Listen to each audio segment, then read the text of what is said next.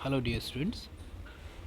इस वीडियो में हम बात करेंगे कुछ इम्पॉर्टेंट कॉन्सेप्ट्स की और क्वेश्चंस की, और उनको हम समझने की कोशिश करेंगे इन द डेप्थ। एक्चुअली इस तरह के क्वेश्चन या इनसे relevant questions most of the time आपके नीट के एग्जामिनेशन में, जेई के एग्जामिनेशन में पूछे जाते हैं। बट यहाँ पे बेसिक बात जो है वो ये है कि we need to understand the questions that and relevant concept. क्योंकि अगर आपकी एक बार कॉन्सेप्ट की नॉलेज बेटर हो गई तो आप अच्छे तरीके से क्वेश्चन को रिलेवेंट कर पाएंगे और उसी की बेसिस पे आप आंसर भी कर पाएंगे। तो ये हमारा फर्स्ट क्वेश्चन रहेगा, क्वेश्चन नंबर 71। और इसमें हम बात करने वाले हैं कि कोई एक सब्सटेंस है, ठीक, which has magnetic moments 3.9। Actually most of the time जब तुम एनसीईआरटी के गो थ्रू जाते हो तो वहाँ पर सारे एलिमेंट्स के जो भी ऑक्सीडेशन स्टेट है उसके बेसिस पर नंबर ऑफ़ जो अनपेयर्ड इलेक्ट्रॉन होते हैं and also the oxidation state given होती है। अगर तुम उसको ठीक से स्टडी कर लो तो आपको बेसिकली बहुत अच्छा अंदाज़ा हो जाता है कि कितने अनपेयर्ड इलेक्ट्रॉन पर कौन सी ऑक्सीडेशन स्टेट होगी, या और उस ऑक्सीडेशन स्टेट पर कितने अनपेयर्ड इलेक्ट्रॉन होंगे, और उसकी बेसिस पर उसका मैग्नेटिक मोमेंट क्या आएगा। जो फार्मूला यूज़ करते हैं मैग्नेटिक मोमेंट को कैलकुलेट करने के लिए वो यूज़ होता है म्यू रूट n+2। यहाँ पे जो आपका n है ये डिनोट करता है नंबर ऑफ अनपेयर्ड इलेक्ट्रॉन्स। अब हमको पता करना है कि किसी भी एक एलिमेंट के अंदर उस ऑक्सीडेशन स्टेट पर उसके नंबर ऑफ अनपेयर्ड इलेक्ट्रॉन कितने होते हैं। ये हमारा आज का बेसिक कॉन्सेप्ट है जिसको हमें फाइंड आउट करने की कोशिश करनी है। लेट्स से अगर हम बात करें Fe की, Fe3 पॉजिटिव, तो जब भी हम Fe3 पॉजिटिव की बात करते हैं तो हमको याद रखना पड़ेगा कि जब भी हम Fe की बात करेंगे तो इसका एटॉमिक नंबर होता है 26। Alright, and in case of 26 अगर हम इसका जनरल कॉन्फ़िगरेशन लिखेंगे तो वो आएगा हमारा यहाँ पर, पहले लिखेंगे हम आर्गन, फिर लिखते हैं हम 3D के अंदर टोटल इलेक्ट्रॉन जाते हैं 6, और लास्ट में आता था 4s जिसमें इलेक्ट्रॉन जाएंगे 2। ठीक, ये इसका लिखने का तरीका है। वैसे जनरली अगर हम लिखना होता है तो सबसे पहले 2 इलेक्ट्रॉन जाते हैं यहाँ पर, एंड देन उसके बाद 6 इलेक्ट्रॉन जाते हैं d ऑर्बिटल में। लेकिन यहाँ पर अगर हम कॉन्फ़िगरेशन लिखते हैं तो कॉन्फ़िगरेशन के बाद हमको डिसाइड करना पड़ता है कि सबसे पहले इलेक्ट्रॉन कहाँ से निकलेंगे। तो सबसे पहले इलेक्ट्रॉन निकलते हैं आउटर मोस्ट सेल से, और आउटर मोस्ट सेल जो है इसके अंदर वो इसकी कहलाती है 4s2। क्यों? क्योंकि यहाँ पर जो n की वैल्यू है वो सबसे ज़्यादा है, तो इसका मतलब ये सबसे बाहर वाली सेल होगी। ठीक, अब जैसा हमको दे रखा है कि यहाँ पर 3 पॉजिटिव चार्ज है, तो इसका मतलब 2 इलेक्ट्रॉन तो इसमें से चले गए और 1 इलेक्ट्रॉन जाना चाहिए यहाँ से। तो इसका जो जनरल Fe3 पॉजिटिव का जो कॉन्फ़िगरेशन आएगा वो यहाँ पर आ जाएगा 3d 5 और 4s0। दैट्स मीन यहाँ पर तो कोई इलेक्ट्रॉन नहीं है। लेकिन अगर हम बात कर रहे हैं d ऑर्बिटल की, तो d ऑर्बिटल में हमारे नंबर ऑफ इलेक्ट्रॉन्स आ गए कुछ ये। ठीक है, यहाँ पर जाएगा हर एक ऑर्बिटल में लेस से एक एक इलेक्ट्रॉन जा रहा है, तो हम क्या देखेंगे कि 1 2 3 4 5, और पाँचों के पाँचों इलेक्ट्रॉन क्या है, अनपेयर्ड हैं। तो दैट्स वाई n की वैल्यू जो आ गई वो आ गई 5। अब जब n की वैल्यू 5 आती है तो हम जनरली जाएंगे अपने फार्मूला के पास, और यहाँ पर हमको वैल्यू रखनी है n की। ठीक, तो जब तुम n की वैल्यू रखते हो तो that's you get something like mu equal to, यहाँ पर आएगा हमारा root, and we use 5 and then 5 + 2, that's comes out to be let's say 5 × 7, और ये आ गया आपका 35। ठीक, अब 35 की जो वैल्यू आएगी, इसका जो रूट आएगा, तो हम इसको ऐसे ले लेते हैं जैसे 4 × 4 होता है 16। ठीक, और इसी तरीके से क्या होता है 5 × 5 होता है 25, एंड देन यहाँ पर आ जाएगा 6 × 6 हो गया 36। यानी कि इस वैल्यू के बीच में और 36 और 25 के बीच की वैल्यू आएगी 5 पॉइंट समथिंग वैल्यू आएगी, जिसको हम बोल सकते हैं 5.9 के समथिंग या 8 के समथिंग इसकी वैल्यू आ गई। ठीक है, तो हम जनरली यहाँ पर हमको आइडिया क्यों लगाना है, देखिए आपके पास इतना टाइम नहीं होगा कि आप रूट सॉल्व करें, या तो आपकी प्रैक्टिस इतनी अच्छी हो कि आपको पहले से पता हो कि हाँ जी इसकी जो वैल्यू होती है वो इतनी होती है, या फिर वहाँ पर आपको एक RDI लगाना है। अब हमको यहाँ पे चाहिए था 3.9, तो हम इससे तो बाहर निकल गए, ये कंडीशन तो हमारी डिस्क्वालीफाई हो गई। अब सिमिलर हम पहुँचते हैं Mn2 पॉजिटिव पर। अगर हम बात करें Mn2 पॉजिटिव की, तो इसमें नंबर होता है 25, ठीक। तो अगर हम लिखेंगे आर्गन का कॉन्फ़िगरेशन एंड देन हम लिखेंगे 3d5 और यहाँ पर आ जाएगा हमारा जनरली 4s2। लेकिन जब हम बात करेंगे Mn2 पॉजिटिव की, तो आर्गन तो ऐसे ही रहा। अब हमारे 2 इलेक्ट्रॉन निकलेंगे यहाँ से, तो यहाँ पर आएगा हमारा 3d5 और 4s0। अब फिर से हमारी ऑर्बिटल आ गई और इस ऑर्बिटल में फिर से कितने इलेक्ट्रॉन्स हैं हम देख पा रहे हैं यहाँ पर। इसके अंदर फिर से इलेक्ट्रॉन आ जाते हैं 1 2 3 4 5, यानी कि इसका भी जो म्यू की वैल्यू आएगी वो 5 पॉइंट समथिंग ही आने वाली है। That's mean this is also not a correct option. अब पहुँचते हैं हम कोबाल्ट पर। जनरली आप जानते हैं कोबाल्ट का एटॉमिक नंबर होता है 27, ठीक। तो हम अगर जनरल वाला कॉन्फ़िगरेशन लिखें तो यहाँ पर आएगा 3d के अंदर जाएंगे 7 और 4s के अंदर जाएंगे 2, ठीक है। Let's say now move. अगर कोबाल्ट से हम 2 इलेक्ट्रॉन निकाल दें, ठीक है, तो कॉन्फ़िगरेशन में चेंज होकर आता है 3d7 और 4s2। 2 की जगह आएगा 0, ऑलराइट, क्योंकि 2 इलेक्ट्रॉन हमने यहीं से निकाले। अब ये रही मेरी 3d ऑर्बिटल और इसके अंदर मुझको भरने हैं अपने इलेक्ट्रॉन्स।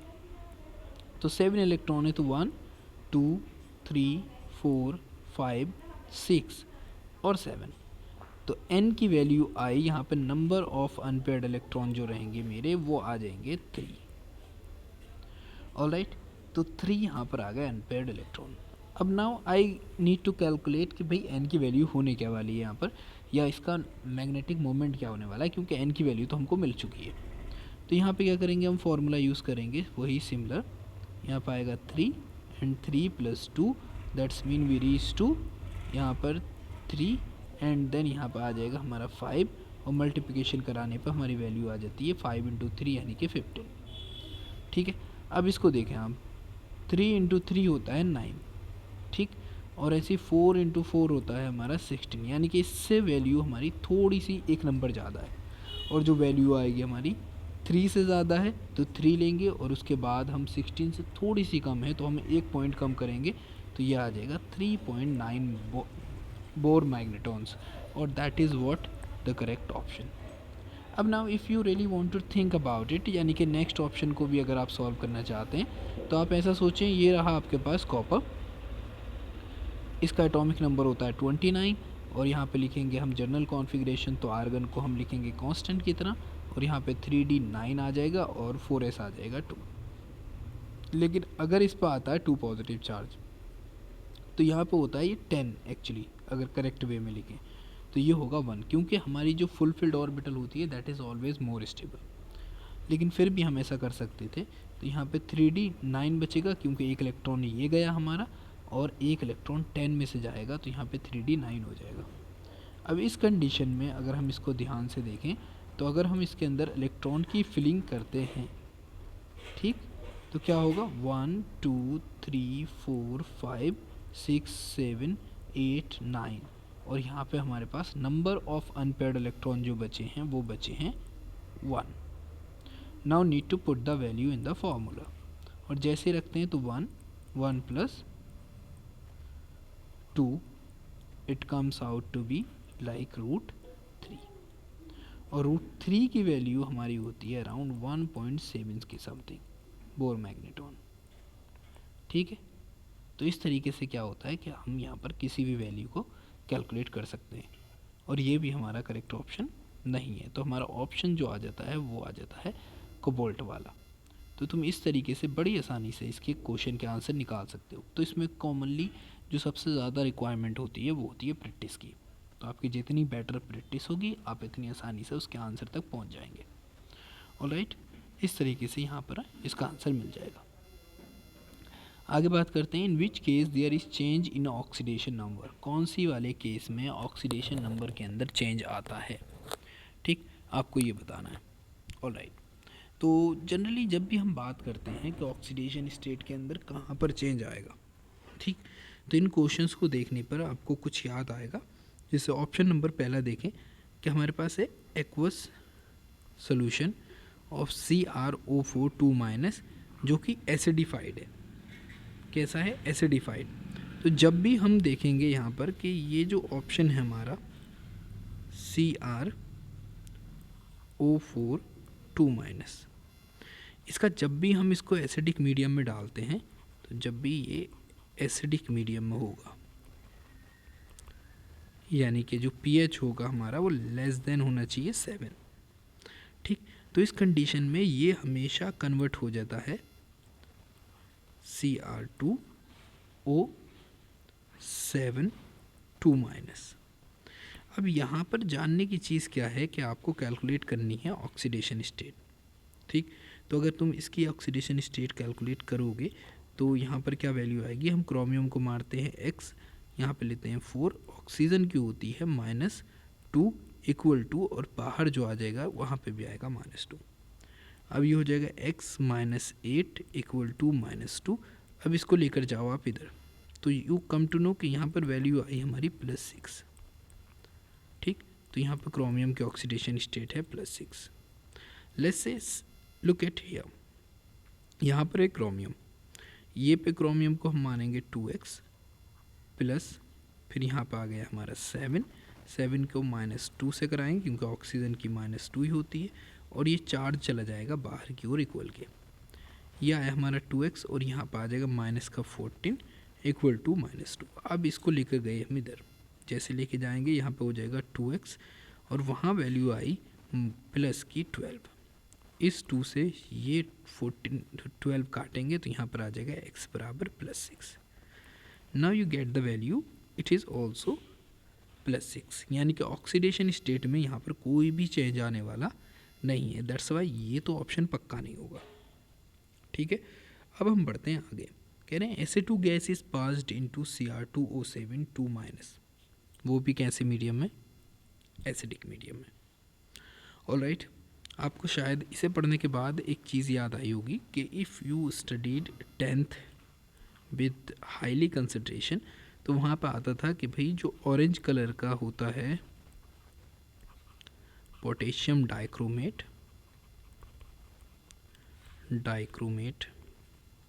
ठीक। और जब इसमें SO2 गैस पास की जाती है, ठीक, तो ये हो जाता है ग्रीन।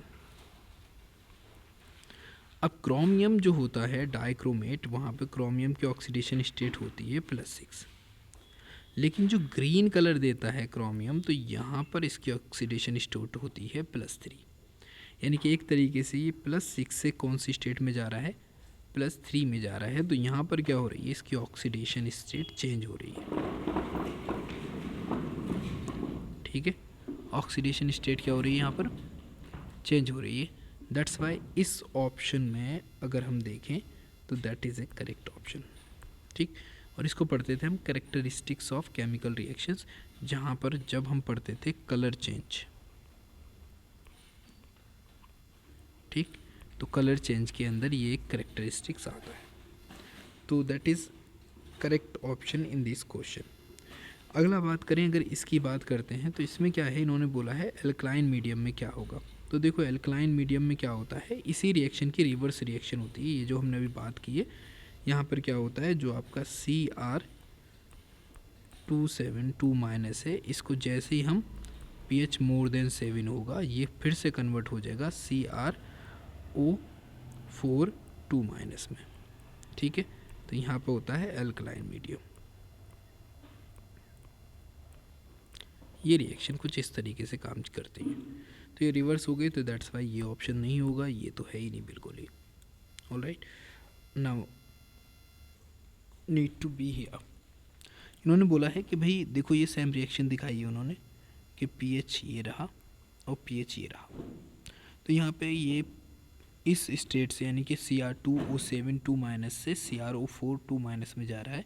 तो इसका मतलब क्या है, ये है हमारा एल्कलाइन मीडियम और यहाँ पे pH होना चाहिए, pH होना चाहिए यहाँ पर एकदम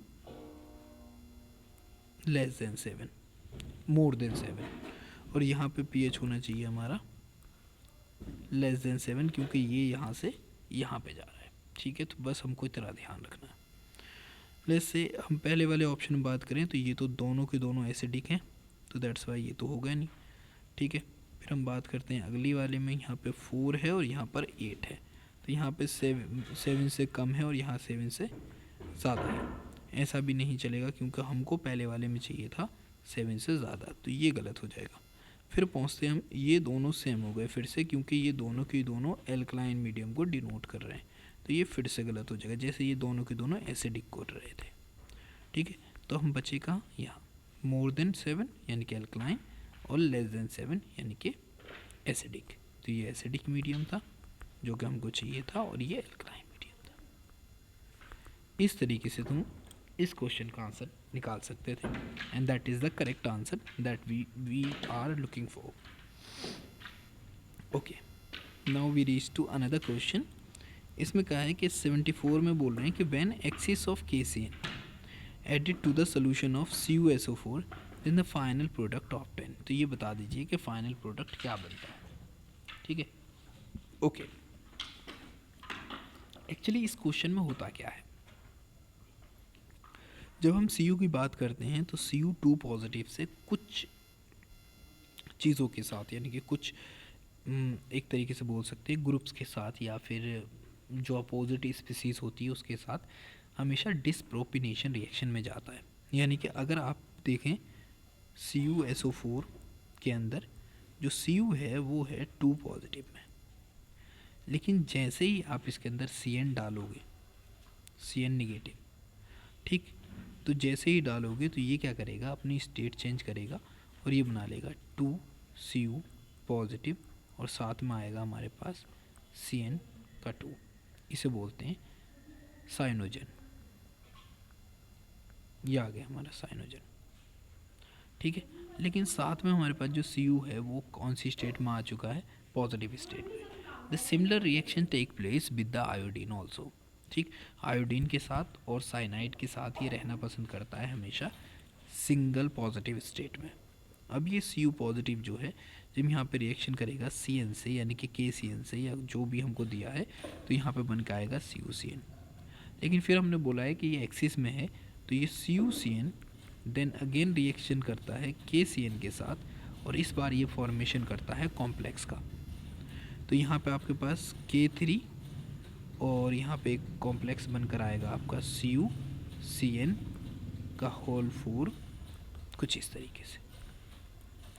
ठीक है, ये आपका कॉम्प्लेक्स बन के आएगा। कैसे, जैसे अगर हम इनको डिवाइड कर दें, तो हम अगर इस कॉम्प्लेक्स की बात करें तो देखो इस पर सिर्फ एक पॉजिटिव चार्ज है, और यहाँ पर है कितना, Cn के ऊपर है माइनस का, तो 4 हो गए, तो इसका मतलब Cn4 कॉम्प्लेक्स के ऊपर जो चार्ज आएगा वो आएगा 3 निगेटिव। इसी वजह से यहाँ पे हैं 3 पॉजिटिव कैटायंस, दैट इज़ हम यहाँ पर देख पा रहे हैं। ठीक है, इसका पूरा नाम हो जाएगा, अगर हम बात करें तो इसका पूरा नाम हो जाएगा पोटाशियम टेट्रा साइनो, और यहाँ पर ये नेगेटिव चार्ज है इस पूरे के ऊपर, तो हम बोलेंगे क्यूपरेट फर्स्ट। और ये होता है, ये सॉल्युबल होता है, सॉल्युबल कॉम्प्लेक्स है।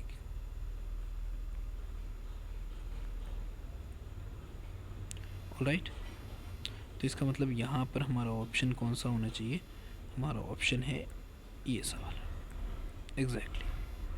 ठीक है, ना ये रहेगा फाइनल प्रोडक्ट, ना ये रहेगा, और ना ही ये रहेगा। ठीक है, इन 2-3 चीज़ों का ध्यान रखना है। बस आपको ध्यान रखना है कि कॉपर जो है डिसप्रोपिनेशन रिएक्शंस के अंदर जनरली पार्टिसिपेट करता है। Okay, now we reach to the next question, that is question number 75। And what they are asking, कह रहे हैं कि भाई NiCO4 है, NiCN4 है, और साथ में NiCl4 है। ठीक, इनके अंदर आपको बताना है कि कौन से कॉम्प्लेक्स कौन सा किस तरीके का मैग्नेटिक बिहेवियर शो करेगा, डायमैग्नेटिक होगा कौन सा, और कौन सा पैरामैग्नेटिक होगा। ठीक है, तो इस चीज़ को यहाँ पर समझने की बात की गई है।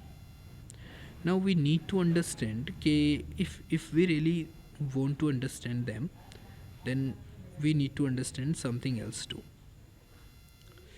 जैसे फॉर एग्ज़ाम्पल अगर हम बात करें यहीं पर कोई भी कंपाउंड डायमैग्नेटिक बिहेवियर क्यों शो करता है? ओके, डायमैग्नेटिक बिहेवियर क्यों शो करेगा?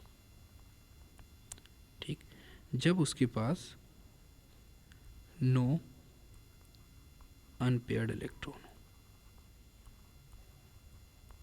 ऑलराइट, यानी कि कोई भी अनपेयर्ड इलेक्ट्रॉन हो या फिर सारे के सारे ऑल पेयर्ड इलेक्ट्रॉन हो, तब वो शो करता है आपको diamagnetic behaviour, alright. Similarly paramagnetic के अंदर क्या होता है? पैरामैग्नेटिक बिहेवियर के अंदर ये शो करता है जब यहाँ पर क्या हो, एटलीस्ट वन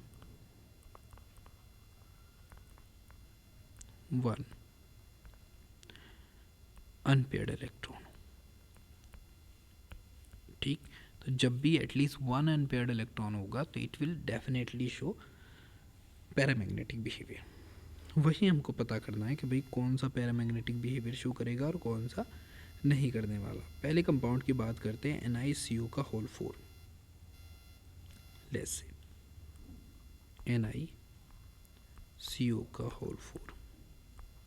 ठीक, अगर यहाँ पर ख़ास तौर से अगर हम देखें Ni की बात करें तो Ni का एटॉमिक नंबर है, यहाँ पर ऑक्सीडेशन स्टेट से शुरू करने से पहले हम एटॉमिक नंबर की बात करेंगे तो वो 28 है। इस 28 के बेस पे अगर हम बात करें तो ये रहेगा आर्गन।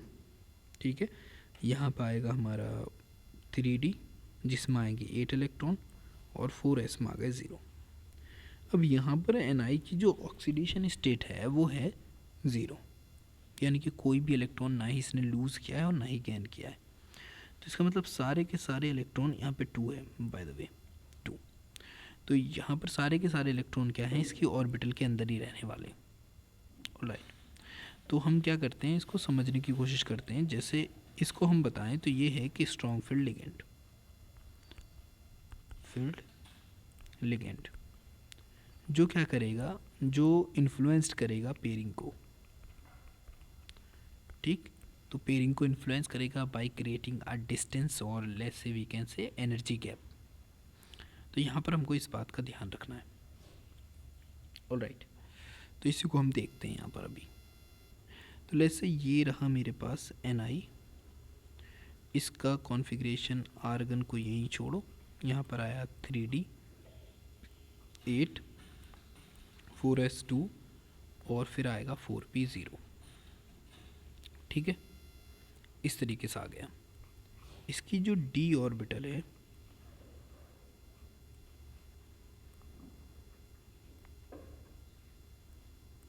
जी, ये रही इसकी d orbital.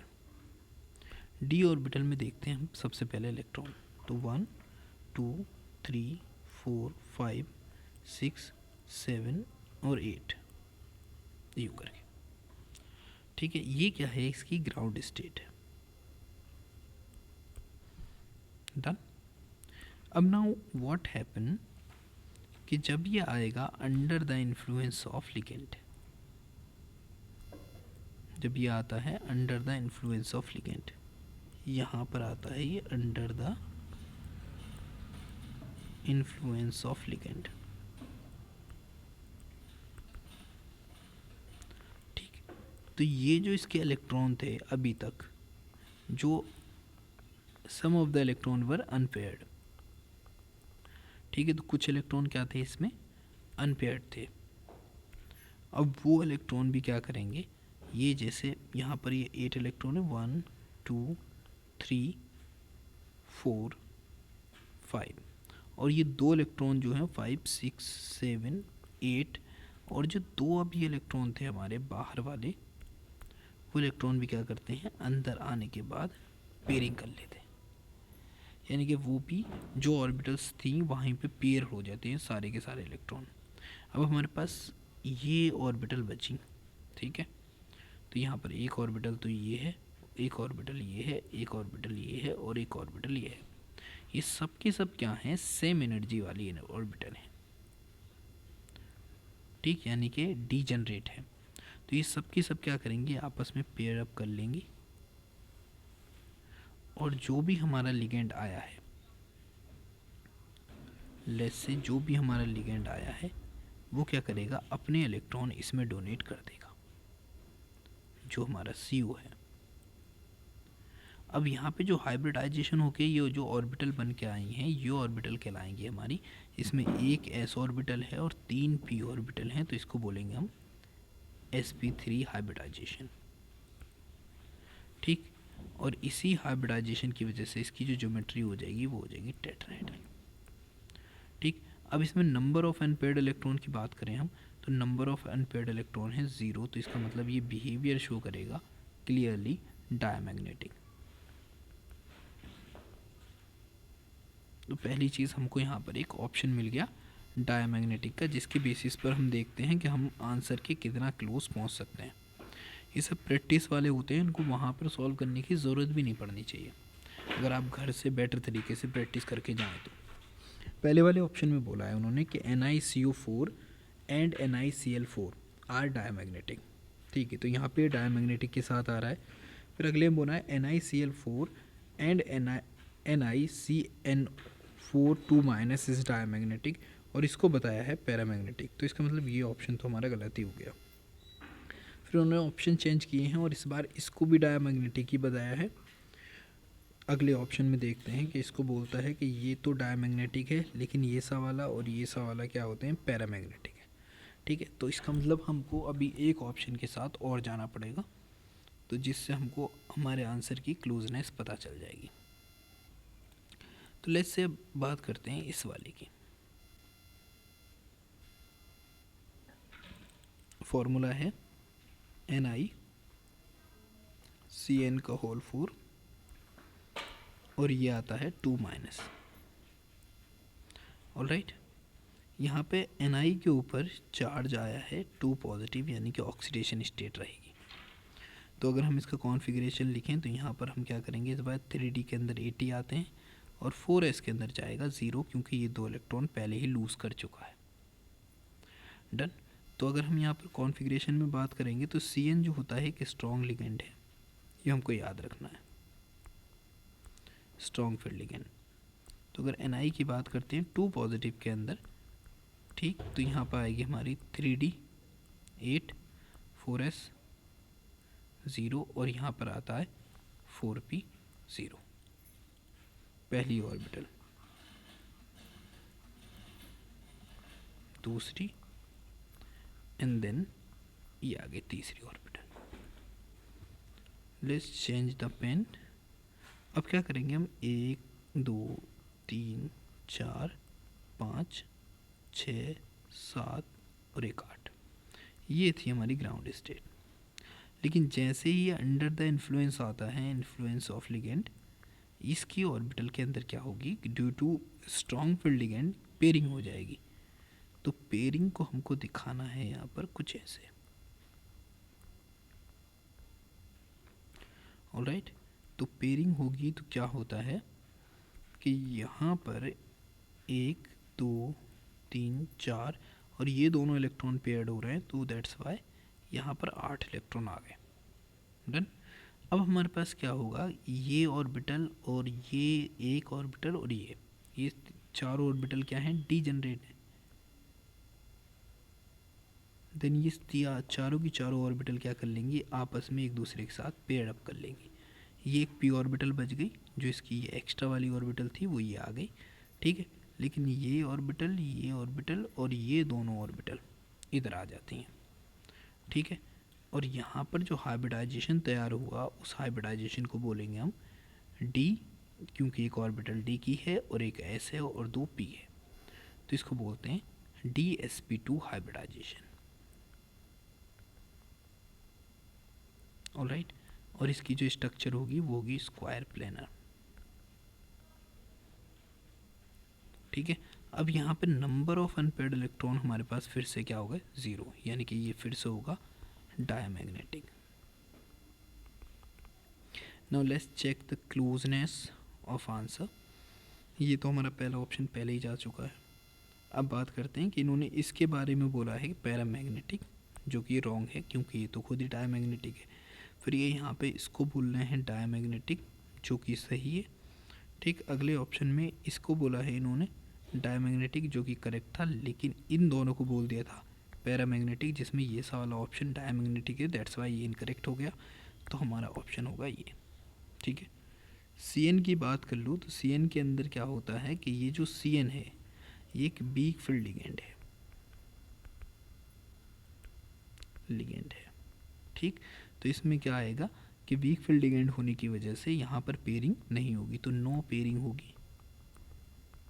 And then no pairing होने की वजह से जो हाइब्रिडाइजेशन आता है वो आता है sp3, जिसमें स्ट्रक्चर होती है इसकी टेट्राहेड्रल, लेकिन इसमें अनपेयर्ड इलेक्ट्रॉन होते हैं n बराबर 2, that's why it is always paramagnetic.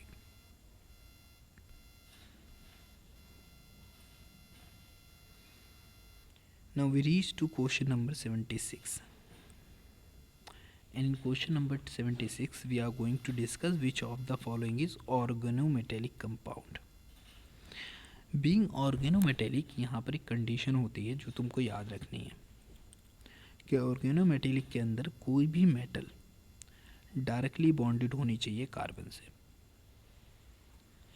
then that will work. Otherwise ये अगर डायरेक्टली बॉन्डेड नहीं है तो इस कंडीशन में यहाँ पर ये ठीक से काम नहीं करेगा और इसको हम ऑर्गेनोमेटलिक कंपाउंड की कैटेगरी में नहीं रखेंगे। There is at least 1 or 2 exceptions, but those exception we can't say them exception, क्योंकि जब वो रिएक्शन में पार्टिसिपेट करते हैं तो वहाँ पर कहीं ना कहीं बॉन्ड का फॉर्मेशन होता है, ठीक। दैट्स वाई वहाँ पर जो कंडीशन है वो अलग है, लेकिन तुमको यहाँ पर याद रखना है कि यहाँ पर ऑर्गेनोमेटलिक होने के लिए डायरेक्टली किसी भी ऑर्गेनिक मटेरियल का या कार्बन का बॉन्ड होना चाहिए मेटल के साथ, जैसा कि आप इसमें देखते हो। ये डायरेक्ट बॉन्ड है, that's why we call them organometallic compound, ठीक है। अब अगर हम यहाँ पर बात करें तो इस वाले कॉम्प्लेक्स में क्या हुआ है, या इस कॉम्प्लेक्स में क्या हुआ है, या फिर इस कॉम्प्लेक्स में क्या हुआ है, यहाँ पे टाइटेनियम जुड़ा हुआ है इससे ऑक्सीजन, एंड देन ऑक्सीजन जुड़ी है इससे, और ऐसे 4 ग्रुप जुड़े हुए हैं। तो ये जो कनेक्टिविटी है ये डायरेक्ट जो ऑक्सीजन के साथ है वो किसके साथ होनी चाहिए थी, कार्बन के साथ होनी चाहिए थी, दैट्स वाई ये ऑप्शन इनकरेक्ट है। सिमिलर क्या देखेंगे, यहाँ पर भी कनेक्टिविटी ऑक्सीजन से, दैट्स वाई ये ऑप्शन भी इनकरेक्ट होगा, और यहाँ भी कनेक्टिविटी ऑक्सीजन से, तो दैट्स वाई ये भी इनकरेक्ट होगा, और यहाँ पर डायरेक्ट कार्बन से, दैट्स वाई ये करेक्ट ऑप्शन होगा। डन। इस तरीके से क्या करते हैं हम इसमें फाइंड आउट कर लेंगे। Let's talk about the next question, that is Ag2S is soluble in NaCN due to formation of. जब भी आप बात करोगे Ag पॉजिटिव की, जब इसको हम डालते हैं Cn के साथ तो सबसे पहले ये बनाता है AgCN, ठीक। और AgCN को अगर हम और थोड़े से एक्सिस ऑफ NaCN में डाल दें तो यहाँ पे फॉर्मेशन हो जाता है जनरल सी रिएक्शन के साथ AgCN का होल ट्वाइस, एंड यहाँ पर आ जाता है Na, ठीक। तो इसके ऊपर एक निगेटिव चार्ज है तो यहाँ पर क्या होता है, एक पॉजिटिव चार्ज होता है, that's why it is the correct option. ये भी नहीं बनता क्योंकि यहाँ पे नेगेटिव चार्ज आता है इस कॉम्प्लेक्स पे, तब ये करेक्ट होता। ये नहीं बनेगा क्योंकि नेगेटिव चार्ज सिर्फ ये बाइडेंटेट सिल्वर होता है, और ये भी नहीं बनेगा, ठीक है। इस तरीके से हम यहाँ इस चीज़ को सॉल्व कर लेंगे। Now we are talking about the question number 78। इस क्वेश्चन में दिया है कि भाई आपके पास 2 कॉम्प्लेक्स हैं, इनको बोलते हैं कोऑर्डिनेशन आइसोमेरिज्म पाई जाती है इनमें। पूछ रहे हैं पीटी का ऑक्सीडेशन नंबर बताओ। नाउ रिमेंबर कि जब भी पीटी किसी के साथ भी बॉन्डेड हो और उसके अंदर जो उसका नंबर आता हो, कॉम्प्लेक्स के अंदर कोऑर्डिनेशन नंबर आता हो वो 4 हो, तो इन दैट कंडीशन हमेशा ही पीटी के ऊपर जो चार्ज होगा या फिर ऑक्सीडेशन स्टेट होगी वो +2 होगी। जैसे ही ये नंबर 6 हो जाए इन केस, तो वहाँ पर क्या होती है, पीटी की ऑक्सीडेशन स्टेट +4 हो जाती है। तो यहाँ पर हमारे पास 0 तो होना ही नहीं है क्योंकि इस वाले कॉम्प्लेक्स में पहले से निगेटिव चार्ज है, ठीक। +4 नहीं है क्योंकि यहाँ पर ऑक्सीडेशन स्टेट जो कॉम्प्लेक्स का कोऑर्डिनेशन नंबर है वही 4 है, 0 तो होगी नहीं, तो फिर यहाँ पर क्या आ जाएगा +2। That's the correct option. Now we are up to question number 79। In question number 79 when you go through this question then इन्होंने पूछा है मेजर बताएं। पहले हम बात करते हैं इसमें कौन कौन से कॉम्प्लेक्स बनने के चांसेस हैं। ठीक, तो सबसे पहले अगर हम बात करें तो इसके अंदर कुछ ऐसे कॉम्प्लेक्सेस बनेंगे। अगर हम मोनोब्रोमिनेशन करा रहे हैं तो एक Br यहाँ जाएगा। ठीक, दूसरा कौन सा बन जाएगा,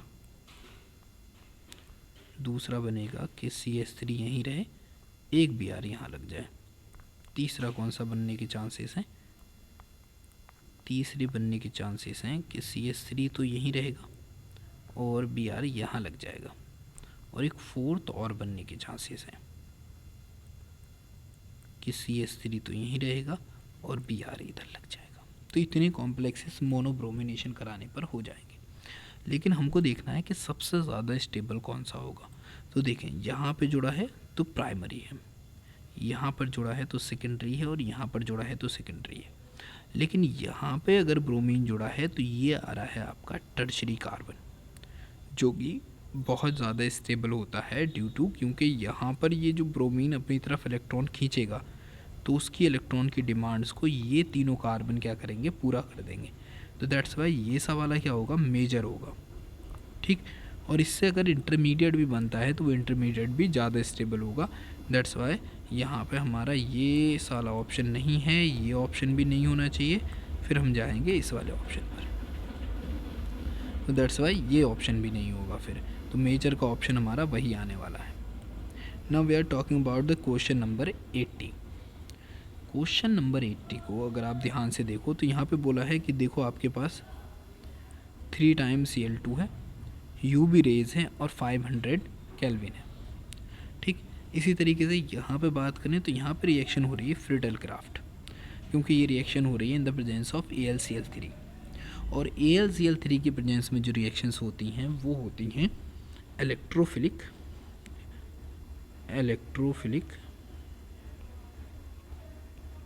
सब्स्टिट्यूशन रिएक्शंस। ठीक, तो इलेक्ट्रोफिलिक सब्स्टिट्यूशन रिएक्शन में क्या होता है कि एक हाइड्रोजन रिमूव होता है और उसकी जगह पे Cl जाके जुड़ जाता है। तो इसके पास टोटल जो हैं, अगर हमने बहुत एक्सेस अमाउंट में ले रखे हैं तो इसके पास टोटल 6 हाइड्रोजन होंगे। तो हर एक हाइड्रोजन की जगह पर क्या होगा, एक Cl जाकर जुड़ जाएगा,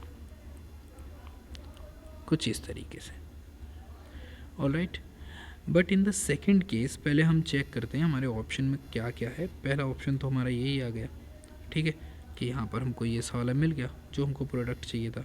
दूसरे ऑप्शन में इन्होंने गलत दिखा रखा है, ठीक है, क्योंकि यहाँ पे टोटल एडिशन कभी नहीं होता है, यहाँ पर भी टोटल एडिशन कभी नहीं होगा, यहाँ पर भी टोटल एडिशन के अकॉर्डिंग ये जो है हमारा ऑप्शन ये ठीक है। ऑफ कोर्स ये वाई वाला ऑप्शन ठीक है।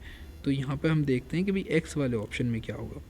ठीक, तो एक तो हमारे पास ये बचा, क्योंकि ये तो हमारा इनकरेक्ट हो गया, ये भी हमारा इनकरेक्ट हो गया, तो हमारे पास एक ऑप्शन ये बचा और एक ऑप्शन हमारे पास ये बचा है। तो हमको ये देखना है।